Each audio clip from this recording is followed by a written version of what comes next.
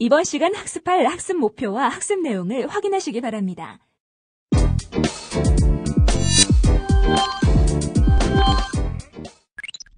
오늘은 이제 전번 시간에 이어서 다시 CGMP의 5차시 강의가 되겠습니다. 다음 슬라이드를 봅시다. 특별히 오늘은 소위 여기서 말하는 components, 또 완제품의 그 containers, 뭐 vial이라든지 ampul이라든지 이런 거, 그 다음에 그 closures, 그 stopper, 이 고무전 같은 거, 이런 거에 대해서 어떻게 우리가 컨트롤 해야 되는지. 사실 여기는 components라는 말을 쓰는데 오늘날에는 여러 가지 다른 용어를 씁니다. 어떤 사람들은 starting material 이런 말도 쓰고, 또 일반적으로 우리는 raw material 이런 말을 쓰죠. 다 같은 뜻으로 쓴다는 것, 그걸 우리가 알고 시작을 하십시다. 자, 그러면 이제 raw material에 대해서 한번 중요한 것들을 한번 훑어봅시다. 조금 전에 얘기한 대로 raw material, starting material, components 뭐 같은 뜻으로 쓰인다 얘기를 했고, 그러면 우선 우리가 raw material이라는 것 정의부터 합시다. raw material은 뭐냐면 일단 생산 과정에 들어가는 물질들, 그러니까 어떤 물질들은 생산 과정에 들어갔지만 완제품이 될 때까지 남아있지 않고 중간에 사라지는 것도 많이 있고, 또 끝까지 남는 것도 있지만은 어느 것이거나 간에 일단 생산 과정에 들어가서 우리 생산품과 접촉하는 것들은 다 raw material로 이렇게 간주를 합니다. 그래서 CGMP에서 관심을 가지는 것은 이러한 생산 속에 들어가는 물질들이 적절한 품질을 확인하지 않으면 그거로부터 만들어진 제품의 우리가 품질을 보증할 수가 없기 때문에 항상 이런 것을 다 검증하고 테스트하고 쓰라는 그런 요구가 되는 거죠. 그럼 근데 중요한 것은 우리가 raw material 할 때 첫째 specification, 규격이 어떠한 규격을 쓸 것인가를 결정해야 됩니다. 그래서 지금 이제 미국에서의 미국 FDA를 중심으로 해서 미국 FDA가 expect 하는 것을 한 예를 들어서 한번 규격을 설명해 보십시다. 우리가 이제 세포 배양을 한다든가 그 외에 무슨 주사제 같은 거 만들 때 우리가 흔히 PBS를 많이 씁니다. 예를 들어서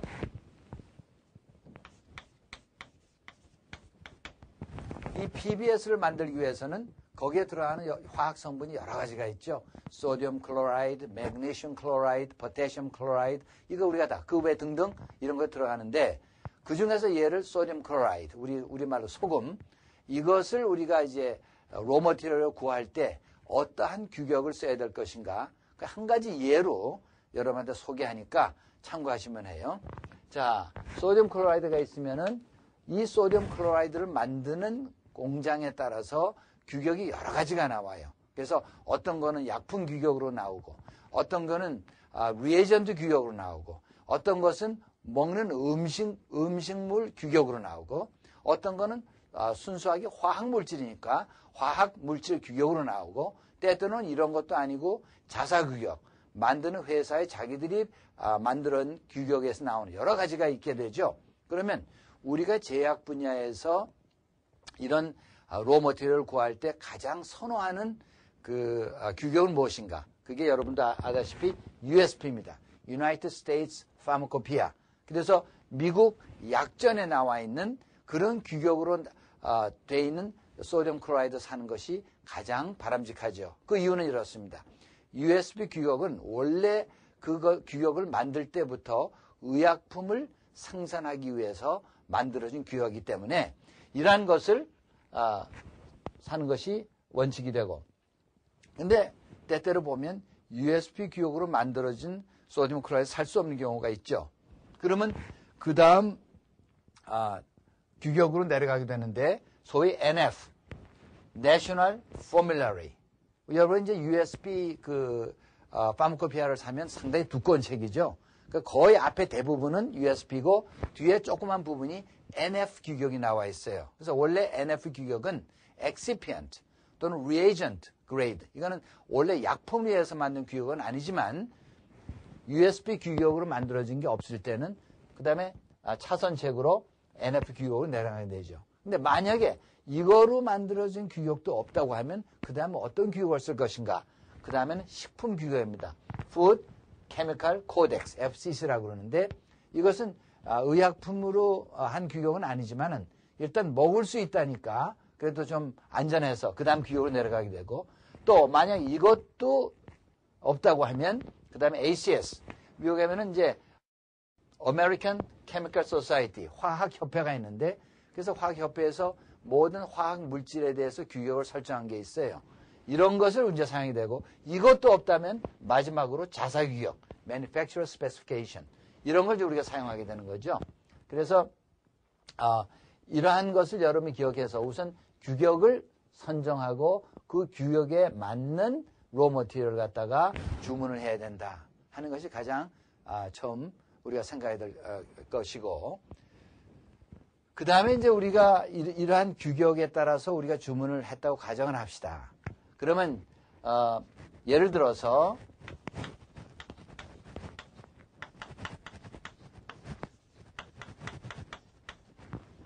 500g짜리 그 소디움 클로라이드를 한 100병을 주문했다고 우리가 가정을 합시다. 그럼 우리가 CGMP 첫째 요구하는 것은 이것을 구하라는 거죠. COA, Certificate of Analysis 또는 때때로 이거를 ROA라고도 얘기를 하죠. Report of Analysis. 그러면 COA나 ROA는 무엇인가 하면 여기 지금 소금 예를 들 것 같으면 이 소디움 클로라이드를 만든 공장에서 여러 가지 규정대로 생산을 하고 마지막에 완제품에 대한 모든 테스트를 거쳐서 합격된 것들을 이런 문서화해서 무슨 테스트 합격, 무슨 테스트는 얼마 돼서 등등 해서 거기에서 마지막 QA 릴리스한 이러한 서티피킷이 이런 문서가 소위 COA인데 CGMP는 생산 속에 들어가는 raw material 또는 components는 그 물질 하나하나마다 COA나 ROA를 항상 받아서 비치해 둘 것을 요구하고 있는 거죠. 그러면 이제 예를 들어서 500g짜리 100병을 우리가 이제 오더를 했다고 하면 이것이 이제 처음 사용자에게 이제 들어오는 그때부터 순서를 다시 한번 살펴봅시다. 자, 이제 그러면 자기가 원하는 규격의 아까 얘기한 대로 소디움 클로라이드 예를 들면 그것을 아까 얘기한 대로 한 500g짜리 100병을 오더를 했는데 그게 오늘 들어왔다고 합시다. 그러면 일단 이걸 사용하는 그런 연구소나 공장에서 이러한 로 머티리얼을 받으면 어떠한 스텝을 거쳐야 될 것인가 한번 훑어보십시다. 여기 그림을 보면 제일 처음에 untested components 아직 테스트 안 한 거죠. 품질을 모르는 그러한 그 components가 지금 raw material 여기 컨테이너 이런 것은 뭐 지금 당장 이그노해도 되고 components가 이제 들어오면 여기서 이제 그림 보면 추록에서 내리게 되겠죠. 일단 들어오면 그것을 누가 받고 누가 관장하는지 이게 SOP로 돼 있어야죠. 그래서 대개 보면 quality control, quality assurance 또는 warehouse 이란 모든 물질만 모두 받아두는 거기 있는 사람들이 책임을 지게 되고 다소 차이는 있지만은 이러한 것들이 SOP가 써 있어 가지고 SOP대로 그 맡은 이들이 이런 일들을 해야 되겠죠.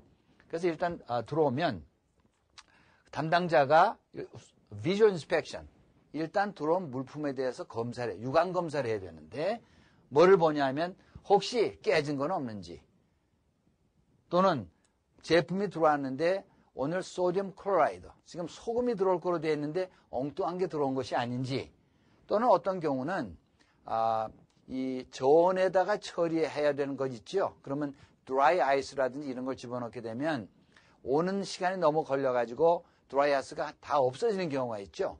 이럴 경우에는 그 로 머티리얼이 상할 수도 있기 때문에 이러한 것을 검사해야 되는 것. 뭐 전부 이제 검사하고 혹시 오염된 것은 없는지 그 다음에 라벨이 제대로 붙어는 이런 걸 전부 검사를 한 다음에 그 다음에 이제 그 다음 단계로서는 이걸 전부 기록을 해야 돼요. 그래서 여기서는 로그인 이렇게 얘기를 했지만은 여기서는 전부 이제 기록해야 되는데 뭘 기록할까요? 일반적으로 보면 자, 품명에 대한 거. 그 다음에 그 양 또는 유효기간이 있으면은 유효기간. 그 다음에 그 물품을 만든 회사 이름. 그 다음에 거기에 랏 넘버가 있을 겁니다. 또는 컨트롤 넘버라고도 보통 하는데 이런 것들. 그 외에도 거기에 필요한 것들 기록을 하고 그 다음에 이것을 받았을 때의 상태 같은 걸 반드시 집어넣어야 됩니다. 그리고 이것을 기록한 사람 사인을 하든지 이니셜을 쓰고 날짜를 쓰는 거. 이것이 이 단계에서 할 거가 되겠죠. 근데 되게 흔히 보면 날짜들은 다 쓰는데 연도는 쓰지 않은 경우가 있는데 이것은 반드시 써야 되겠죠. 몇 년 지나면 이게 몇 년도의 그 날짜인지 모르기 때문에 반드시 그것까지 기록을 이제 하게 됩니다. 그러면 일단 이런 것을 기록하게 되면 아직 그 품질을 검사 안 했기 때문에 사용할 수가 없어요. 그럼 혹시 품질 검사하기 전에 생산 쪽에서 누가 와서 쓸 수 있는 가능성이 있으니까 일단 격리를 시켜야 돼요. 쿼런틴, 소위 말하면 격리를 시키고 격리라는 것은 무조건 한 구석에 쌓아놓은 격리가 아니고 따로 된 방을 만든다든가 아니면 그 치킨 와이어, 닭장 같은 거 만들 때 하는 그런 치킨 와이어 같은 걸 써서 한 구석이라도 막아놓고 이것을 집어넣은 다음에 잠가둬야 됩니다. 반드시. 근데 그걸 집어넣을 때는 태그를 붙이는데 되게 많은 사람들이 오늘날은 쿼런틴 태그로 빨간 색깔을 쓰죠. 꼭 저 신호등, 오지 마라, 스탑하는 그런 뜻으로. 그래서 여기 태그에도 인포메이션을 써야 되는데 뭘 쓸까요? 상식적으로. 품명, 이 경우에 소디움 클로라이드. 그 다음에 양이라든지 그 만든 회사, 랏 넘버, 또 혹시 유효기간이 있으면 유효기간, 뭐 그런 것들 다 쓰는 거죠. 그리고 그 연구소 안에서 자기들이 발행하는 무슨 아이템 넘버가 있으면 그것도 써주고. 그래가지고 이제 쿼런틴 하는데 여기 이제 문제는 뭐냐면 때때로 보면 한 100병이 들어왔으면 대표로 태그를 하나만 그 근처에 붙이고 각 병마다 붙이지 않은 경우가 있는데 이거 원칙적으로 옳지 않습니다. 그래서 이 100병이면 각 병마다 그 태그를 다 붙여서 보관하는 것이 원칙입니다. 그럼 여러분들 이런 질문이 있겠죠. 원체 작은 바이올, 새끼손가락만큼 작은 바이올이 들어왔을 때도 이런 태그를 다 붙여야 되느냐. 그건 그럴 수가 없죠. 이럴 경우는 100병이 만약에 작은 바이올이 들어왔다고 하면 그것을 박스에 넣고 박스 앞에다가 그 쿼런틴 태그를 붙이고 나는 권장하는 것은 그 안에도 같은 태그를 넣어서 혹시 밖에 태그가 없어질지라도 안에 태그로서 가늠할 수 있도록 이걸 이제 권장을 합니다. 자, 그러면 그 다음 단계는 소위 그 샘플링 단계인데 주로 온라인에서는 퀄리티 컨트롤, 주로 퀄리티 컨트롤 하면은 모든 테스팅을 관장하는 부서이기 때문에 여기 이 사람들이 전문가이므로 퀄리티 컨트롤에서 이제 사람이 와서 이제 샘플링을 해야 되죠. 그래서 이제 샘플링에도 이제 GMP에서 요구하는 건 뭘 요구하냐면은 어떤 샘플링 포뮬러를 쓰라는 얘기는 없고 그 다음에 통계학적으로 유효한 샘플링 플랜을 세울 것 이렇게 돼 있는데 흔히 이제 제약 분야에서 많이 쓰는 것을 한번 칠판에 써서 보면 이렇습니다. 저희 연구소에서는 이제 이런 식으로 오랜 동안 썼어요. 스퀘어 루트 n 플러스 1 이런 걸 많이 썼죠. 그러면 우리가 지금 500g짜리 소디움 클로라이드를 예를 들어 썼죠. 한 100병을 했다 그러면 이 100병 중에 몇 병을 샘플해야 될 것인가. 이게 문제가 되겠죠. 그래서 만약에 이것을 샘플링 플랜으로 우리가 쓰면 어떻게 되죠?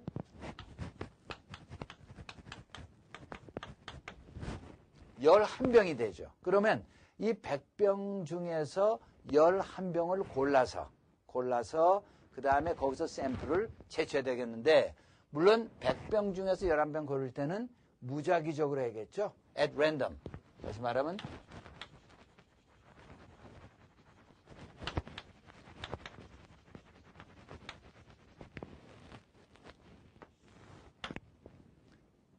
여기서 무작위적으로 한다는 게 중요하겠죠.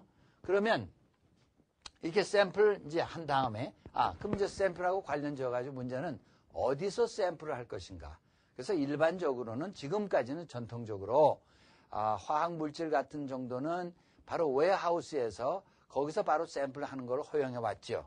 다만 마그네슘 클로라이드 같은 것은 뚜껑을 열자마자 공기 중에 수분을 흡수해서 거의 떡이 돼버리니까 이런 것들은 휴미디티 컨트롤 잘 되는 데서 해야겠지만은 일반적인 거는 그냥 웨어하우스 선반에서 하는 거 허용해 왔어요. 그러나 이제 앞으로 요새 추세는 점점 그런 데서 하는 거 대신에 샘플링 할 수 있는 방을 따로 만들어서 거기서 샘플 하는 것을 권장하고 있고 많이 그렇게 하고 있어요.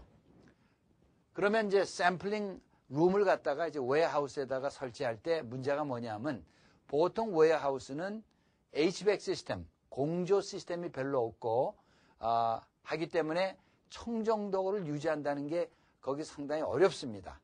이제 그렇지만 앞으로 이제 새로 건물을 짓는다든지 또 새로운 그 시설을 갖다가 설계할 때에는 이러한 샘플링 룸을 따로 설계해서 모든 샘플을 할 때는 그 물건들을 그 안으로 가져와서 하는 것이 바람직합니다. 그러면 이런 샘플링 하는 룸은 때때로 무균 조작이 필요한 물질도 샘플링 해야 될 경우는 라미나 플로우 훗 또는 바이올로지컬 세이프티 캐비넷을 써야 돼요. 그러면 이런 것을 일을 하는 방은 지금 미국 FDA 현행법으로서는 클래스 10,000 만 청정도 만을 유지하라고 최소한도 되어 있기 때문에 앞으로 이제 새로운 샘플링 룸을 디자인할 때는 청정도 만이 될 수 있는 방을 디자인해서 설치하고 또 여기에 들어갈 수 있는 가운 체인지룸이라든가 이런 것을 적절히 해야 될 것이 필요하겠죠. 자, 그러면 예를 듭시다. 여기서 11병을 지금 꺼내가지고 이제 테스트를 하게 되죠. 그러면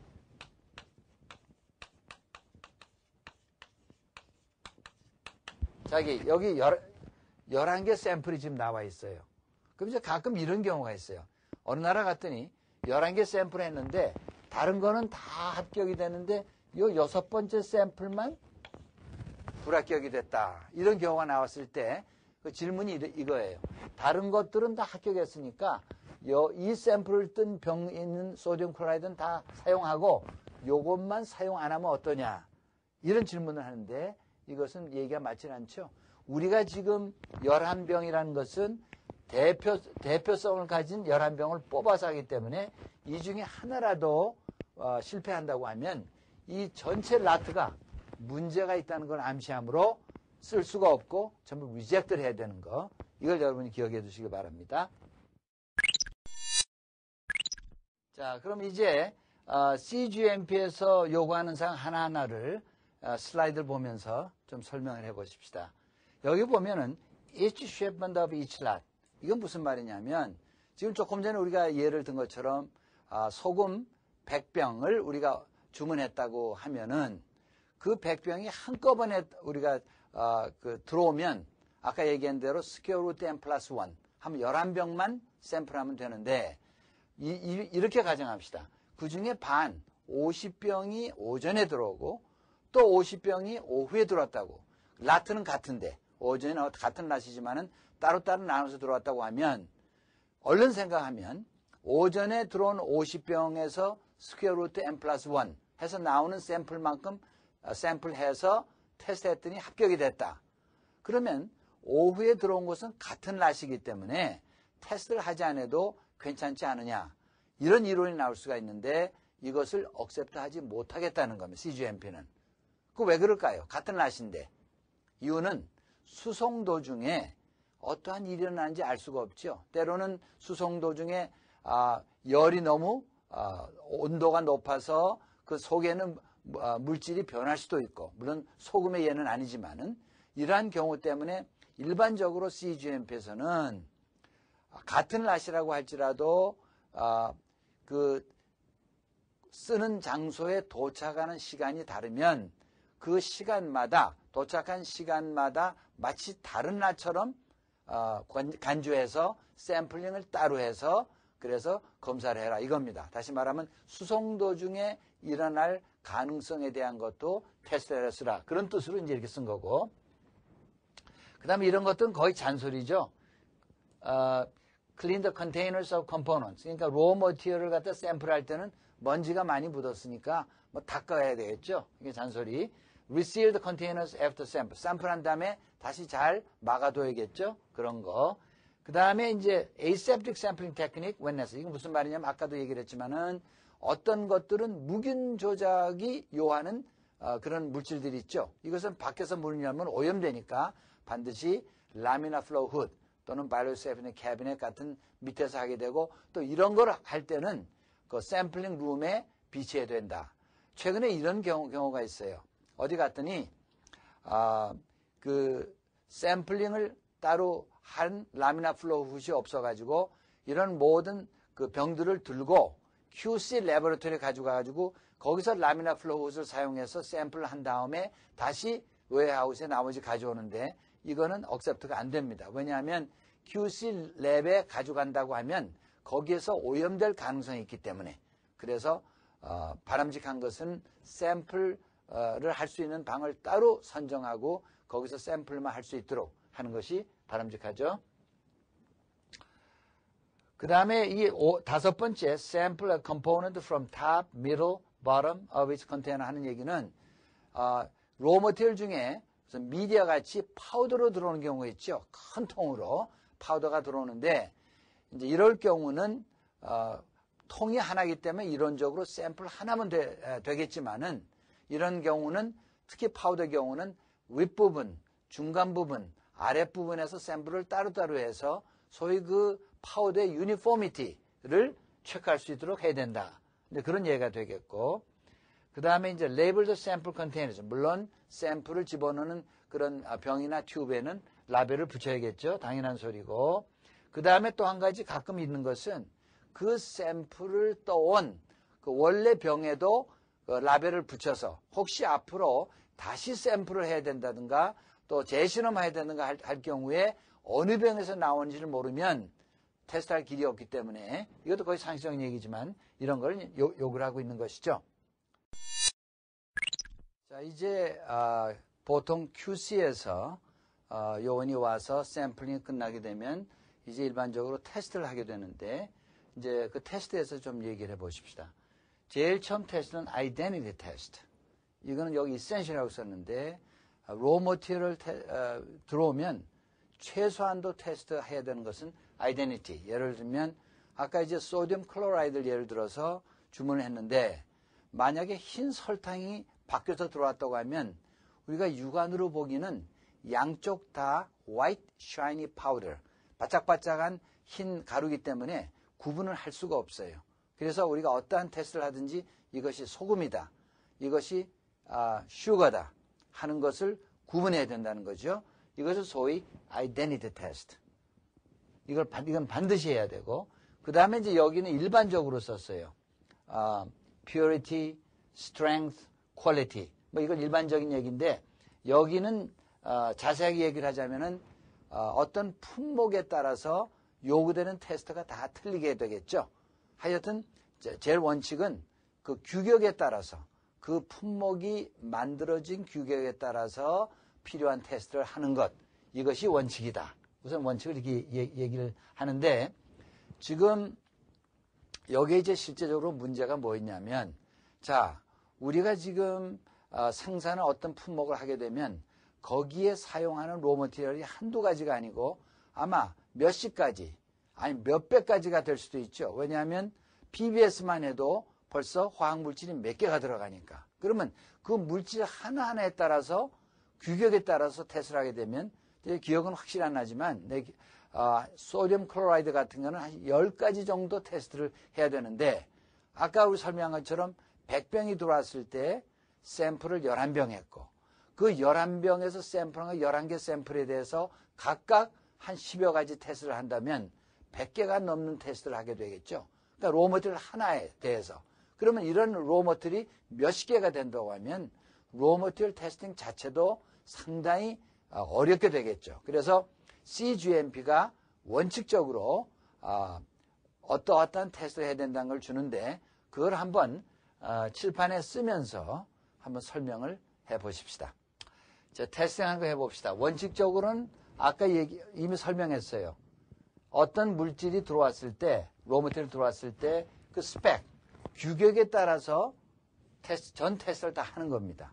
근데 이것이 실제로 상당히 번거롭고 많은 시간이 요하기 때문에 소위 얼터너티브, 대용할 수 있는 방법을 주는데 CGMP 하기는 여러분이 주문한 그 품목을 만든 그 회사, 이걸 우리가 벤더라고 얘기를 하죠. 그 벤더에 대한 신빙성을 우리가 가질 수만 있다면 이러한 모든 테스트를 하지 않아도 할 수 있다 하는 얼터너티브를 주는 거죠. 그러면 거기에 두 가지 방법이 있는데 하나는 처음에 이 벤더에서 오는 그 물품의 한 3개 또는 5 또는 10랏 정도 여러 랏 정도를 원래 원칙대로 다 테스트를 해요. 그렇게 한 다음에 트렌드 애널리시스, 경향 분석을 하는 거죠. 해봤더니 예를 들어서 10개 랏을 테스트 다 해봤더니 10개 하나도 하자가 없다. 그러면 그걸 기준으로 해서 매번 들어오는 랏을 테스트할 게 아니고 무슨 10랏에 한 번 한다든가 또는 그걸 기준으로 해서 테스트를 안 하든가 이러한 정도로 할 수가 있고 또 이 방법을 안 쓴다고 하면 소위 말하는 벤더 오딧. 이건 뭐냐면 사용자가 이 물건을 만든 그 회사를 방문해서 소규모의 인스펙션을 하는 겁니다. 예를 들면 아까 우리가 예를 들면 소디움 클로라이드 같으면 이 소디움 클로라이드 만든 그 공장이 SOP는 있는지 사람들은 제대로 훈련시켰는지 뭐 이런 것들을 전부 검사하게 되는데 우리가 주의할 것은 이런 것을 검사하러 갈 때는 그 아까 예를 든 소디움 클로라이드에 관계된 것만 보는 거지 전체 공장을 다 인스펙션 할 필요는 없는 거죠. 그래서 그걸 검사함으로 해서 이 사람들이 만든 것을 믿을 수 있다 하는 것을 우리가 이제 정립을 하는 거죠. 그래서 오늘날에는 많은 사람들이 이런 전 테스트를 하는 것보다는 이 방법을 따르든지 또는 벤더 오디트를 통해서 그 회사를 믿을 수 있다는 그러한 근거를 마련하는 이런 쪽으로 많이 하고 있어요. 이제 그래서 다시 돌아갑시다. 여기 이제 마지막에 테스팅 관련해서는 컨테미네이션 될 가능성이 있는 것들은 사용 전에 마이크로바이올로지컬 테스트를 한다든지 또는 모든 오염이 뭐 곤충이라든가 등등 오염이 될 가능성이 있는 것들은 다 검사하고 사용해야 된다 하고 이렇게 규정하고 있죠. 자, 그러면 그 다음 슬라이드 봅시다. Release for use. 그래서 지금까지 우리가 한번 점검해 봅시다. 제일 처음에 규격을 정해서 그 다음에 우리가 원하는 그 로머티리얼을 주문했고 주문한 그러한 로머티리얼이 이제 도착되면 제일 첫 단계로 담당자가 가서 소위 비주얼 인스펙션, 육안 검사를 하고 그 다음에 다시 한번 로그인, 모든 것을 기록하고 그 다음에 사용하기 전에는 반드시 격리를 해서 쿼런틴 해가지고 그 다음에 담당자가 와서 샘플링 한 다음에 그 다음에 적절한 테스트를 통해서 합격이 되면 그 다음에 이제 릴리스하게 되죠. 그러면 지금 이제 릴리스하게 되면 보통은 태그를 바꿉니다. 그래서 보통은 이제 그린 태그를 많이 쓰는데 뭐 CGMP가 컬러에 대해서는 얘기하고 있지가 않아요. 그러니까 이건 뭐 어떤 컬러 써도 좋지만은 릴리스 태그를 붙이는데 이것을 태그를 붙일 때도 거기다가 이제 뭘 기재해야 되는데 우선 품명이라든지 그 다음에 만든 회사 이름, 그 다음에 lot number, 그 다음에 expiration date 있으면 그거, 그 다음에 등등 필요한 것들을 기재하고 그 다음에 해서 그 아까 100병을 했을 때는 100병마다 다 붙이는 게 원칙이라고 얘기를 했죠. 마찬가지로 붙이고 이렇게 해서 따로 쿼런틴에서 이런 모든 아이템을 꺼내서 릴리스한 쪽으로 다시 갖다 옮겨놔야 되겠죠. 그래서 주로 이제 그 로머티리얼을 다루는 웨어하우스 가면 우선 정리 상태가 제대로 되어 있어야 됩니다. 많은 이제 실사를 통해서 보게 되면 그 웨어하우스가 제대로 정리가 되어 있지 않으면은 상당히 그 사이테이션을 받게 되겠죠. 그래서 그 웨어하우스 지금 얘기가 나오니까 몇 가지 얘기를 합시다. 우선 웨어하우스 가면은 대개는 이제 그 로우 머티리얼 들어오면 트럭이 들어오고 트럭에서 물건을 내리고 닥 스페이스라고 그러죠. 닥에다 문을 내리면 문을 올리고 들여오는데 문제는 그 밖에서 이 물건을 들여올 때 밖에서 곤충이라든가 모기, 파리, 먼지 뭐 이런 것들이 막 기어들어오게 되죠. 그래서 원래는 웨어하우스를 디자인할 때는 프리룸 또는 베스티뷴이라고 그러죠. 그 이중문을 만들어서 처음 밖에 문을 열고 그 물건을 추락해서 내린 다음에 그 문을 닫고 그 다음에 안에 문을 열어서 안쪽으로 이송하는 이러한 우선 디자인이 돼야 되죠. 그래 이제 혹시 모기, 파리 같은 거 들어온 걸 방지하기 위해서 살균등을 많이 쓰는데 통상 살균등은 그 베스티뷴, 프리룸에 안에다 하는 것이 맞죠. 혹시 날라 들어온 곤충들이 거기서 제거될 수 있도록. 그래서 어느 나라 갔더니 좀 잘한다고, 너무 잘한다고 살균등을 아예 건물 밖에다가 붙이는 그런 나라도 있었어요. 근데 이거는 적절하지 않죠. 밖에다 붙이면 동네 파리 모기는 전부 이게 유인등이기 때문에 그쪽으로 몰려들기 때문에 오히려 마이너스가 되죠. 그래서 항상 살균등은 전실 안에다가 위치하는 것이 옳다. 또 한 가지 주의할 것은 이제 사계절이 있는데 보면 여름에는 괜찮지만은 대개 겨울쯤 되게 되면 밖에 있는 들쥐들이 다 집으로 들어오는 경향이 있죠. 봄 되면 다 밖으로 나가고. 그래서 이런 설치류에 대한 컨트롤 시스템이 제대로 되어 있어야 된다. 뭐 이런 것도 아울러서 우리가 생각을 해야 되겠죠. 그 다음에 이제 웨어하우스에서 몇 가지 우리가 더 로머티리얼 관련해서 신경 써야 될 것은 우선 어느 경우 보면은 로머티리얼 들어오는 박스들이 바로 플로어에 그 바닥에 계속 쌓아놓고 있는데 이거는 억셉트가 되질 않습니다. 왜냐? 바닥에다가 카드보드 박스 같은 거 쌓아두면 거기에 이제 자루 청소할 때 물걸레질도 하면은 이것들이 젖게 되고 젖으면 미생물이 기생하게 되고 또 미생물의 오염이 있을 수 있기 때문에 반드시 펠릿 위에다가 깔판 위에다가 적재하는 것 이것이 CGMP에서 익스펙트하고 있는 것이죠. 다만 그 펠릿 같은 것은 너무 낮으면 그 마루와 플로어와 펠릿 사이를 청소할 수 없으므로 청소할 수 있는 스페이스만큼 높여서 펠릿을 디자인해서 써야 된다. 뭐 이런 것이 이제 중요하고 그 다음에 웨어하우스는 대개 온도 컨트롤이 되지 않기 때문에 여름에 문을 많이 열어두다 보니까 밖에서 곤충들이 많이 들어온 경우가 있기 때문에 이럴 때는 모기장 문 같은 거 설정을 해서 이런 걸 방지할 수 있도록 아주 간단히 할 수 있는 것. 그리고 어느 나라인가 한번 실사를 가봤더니 웨어하우스 아주 더운 나라인데 웨어하우스가 원체 더우니까 그 천장과 지붕과 그 다음에 벽 사이에 모두 공기가 들어갈 수 있도록 그렇게 해놔서 온도를 조절하고 있는데 문제는 그 가운데로 사이로 새들이 들어가서 웨어하우스 구석에 새둥지를 트는 나라도 본 일이 있어요. 그러니까 이러한 것들도 우리가 적절히 컨트롤 해야겠다. 이런 걸 아울러서 얘기를 하고 또 한 가지는 이제 로우 머티리얼이 다 릴리스가 돼서 보관된 것이 적절히 구분되지 않아 가지고 여러 가지가 섞일 우려가 있는데 이런 걸 조절해야겠다. 그런 게 하고 또 여기를 보면은 the oldest approved stock is used first 이런 말이 있는데 소위 이걸 미국 사람들은 FIFO principle이라고 합니다. 한번 이걸 칠판에 써봅시다.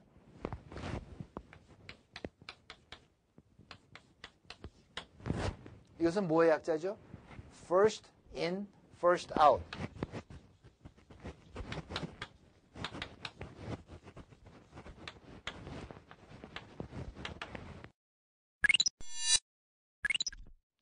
자, 그 다음에 이제 리테스팅에 대해서 얘기를 하고 있는데, 이제 이런 과정을 통해서 릴리스가 된 그런 로우 머티리얼 할지라도, 물론 거기에 유효기간이 있으면은 유효기간 이전에 써야 되는 건 당연하고, 어떤 경우는, 제 기억이 맞다면은, 소디움 클로라이드 같은 건 유효기간이 보통 없어요. 그러면 이것을 이제 계속 두고 쓸 수 있는데, 무작정, 무기한으로 써도 되느냐. 이제 그런 게 안 되죠. 그래서 여기는 그럴 경우라도 때때로 리테스팅, 다시 검사하는 게 필요하다. 이제 그런 얘기가 되죠. 그래서 우리 연구소에서는 옛날에 소디움 클로라이드 같은 거는 모든 화학 물질은 대부분 한 2년에 한 번씩 주기적으로 테스트한, 그건 우리가 정한 거죠. 그러니까 이것이 1년에 한 번 할 수도 있고 뭐 더 길 수도 있고, 그건 각자들이 정해서 오랜 동안 쓸 수 있는 거지만 때때로 점검하는 것이 필요하다 하는 걸 얘기하고 있고, 특별히 보관 도중에 무슨 사고가 생겨서, 예를 듭시다. 어떤 로 머티리얼은 냉장을 요구하는 것도 있고 냉동을 요구하는 로 머티리얼인데, 예를 들어서 어느 날 전기가 하루 종일 나가서 냉장고가 꺼졌다든지 냉동고가 꺼졌다고 하면 그 물질에 손상이 올 수가 있기 때문에 이러한 사건이 터졌을 때는 반드시 검사해서 하자가 없으면 사용하고 하자가 있으면 쓰지 않고 하는 뭐 거의 상식적인 얘기, 이렇게 얘기를 하고 있죠. 자, 지금까지 이제 우리가 로 머티리얼 테스트에서 전반에 훑어봤는데, 이런 테스트 하다 보면은 버려야 될 로 머티리얼이 나오는 경우가 종종 있죠. 그러면 CGMP에서 상당히 관심을 두는 것은 이런 버려야 될 물질을 어떻게 처리하느냐. 상징 실사할 때 이런 거에 많은 신경을 쓰고 실사를 하게 됩니다. 그래서 첫째, 버려야 될 것들은 최소한도 먼저 라벨을 붙여야 되겠죠. 이것은 버릴 것이라는 것. 그래서 라벨이 만약 없게 되면 그 라벨 없는 것 때문에 다른 물질하고 혼동될 가능성이 있으니까 라벨을 이제 붙여야 되는 거. 물론 이때도 그 아이템마다 라벨을 따로따로 붙이는 것이 바람직하죠. 그래서 라벨을 붙인 다음에 그다음에 어떤 경우는 바로 곧 버릴 수가 없는 때가 있어요. 그러면 임시라도 어디 보관해야 되는데 아무데나 보관하면 다른 사람이 쓸 가능성이 있기 때문에 반드시 격리시켜야 됩니다. 코런틴. 그래서 로 머티리얼 처음 들어왔을 때 테스트하기 전에 격리하는 것처럼 이것도 마찬가지로 따로 방을 만든든가 아니면 치킨 와이어 같은 거 써서 한 구석이라도 칸막이 해놓고 자물통을 잠궈서 다른 사람이 쓸 수 없도록 이렇게 보관해 두고 가급적 빠른 시일 안에 제거하는 것, 이것이 상당히 중요합니다. 오늘은 소위 우리가 말하는 로 머티리얼에 대해서 우리가 공부를 했죠. 제일 처음에 우리가 로 머티리얼 정의는 그 생산 공정에 들어가는 머티리얼. 그러니까 어떤 그 물질은 끝까지 완제품에 남아 있는 것도 있을 수 있고 또 많은 것들은 중간에 사라지는 경우도 많이 있죠. 하여튼 생산 공정에 한번 들어가는 것들은 다 로 머티리얼로 우리가 정의를 하고, 또 이 로 머티리얼 갖다 우리가 선정하는 데는 그 규격이 중요합니다. 그래서 여러 가지 규격이 있는데 이 의약품에서 가장 선호하는 규격은 미국 예를 들면 USP, United States Pharmacopoeia 이렇게 얘기를 하죠. 그 이유는 원래 그 USP 규격은 의약품을 위해서 만들어진 규격이기 때문에 가장 선호하는 것이죠. 우리가 이제 거기에 대해서 공부를 했고, 그 다음에 이제 우리가 로 머티리얼을 갖다가 생산하는 사람들이 밖에서 들여올 때 꼭 해야 될 몇 가지가 있는데, 첫째는 COA, Certificate of Analysis. 이것을 반드시 받아서 보관해야 되고, 또 최소한도 Identity Test는 꼭 해야 된다는 것. 그리고 이 이외에 두 가지 방법으로 우리가 로 머티리얼을 점검해야 되는데, 하나는 처음 로 머티리얼이 들어오면 그 규격대로 전 테스트를 다 하는 겁니다. 물론 샘플링 플랜도 있어야 되고 등등 있지만은 그 하는 방법. 근데 이렇게 하다 보면 로 머티리얼이 너무 많아서 그 테스트만 해도 상당하기 때문에 올터너티브를 주는데, 그 올터너티브는 다음과 같죠. 일단 그 물질을 사오는 우리가 벤더라고 얘기하는데, 그 매니팩처러를 믿을 수 있다는 그런 근거만 있으면 이러한 모든 테스트를 다 하지 않더라도 용납받을 수 있다 하는 것이 이제 CGMP가 얘기하고 있는데, 구체적으로 거기 두 가지 방법이 있죠. 처음에 한 5개 랏이나 뭐 여러 랏을 원래 규격대로 다 테스트해서 그 결과를 경향 분석한 다음에 그 다음에는 그 COA를 받고 아이덴티티 테스트 하나만 하고 그냥 받아들이는 방법. 또 한 가지는 벤더 오디시라고 우리 얘기하는데, 또 사용자들이 몇 사람을 그 물건을 만드는 그 공장에 파견해서 일종의 오디트를 하는 것이죠. 거기에 SOP는 있는지, 또 시설은 제대로 디자인되고 운영되고 있는지, 뭐 조규모의 그 인스펙션을 하는 이런 것을 우리가 벤더 오디트 하는데, 이러한 방법을 쓰면 모든 테스트를 다 하지 않아도 아까 얘기한 대로 COA와 아이덴티티 테스트 하나만 있어도 용납될 수 있다. 이라는 것을 이제 얘기하고 우리가 공부했죠. 수고하셨습니다. 이번 시간에는 CGMP4, Control of Components and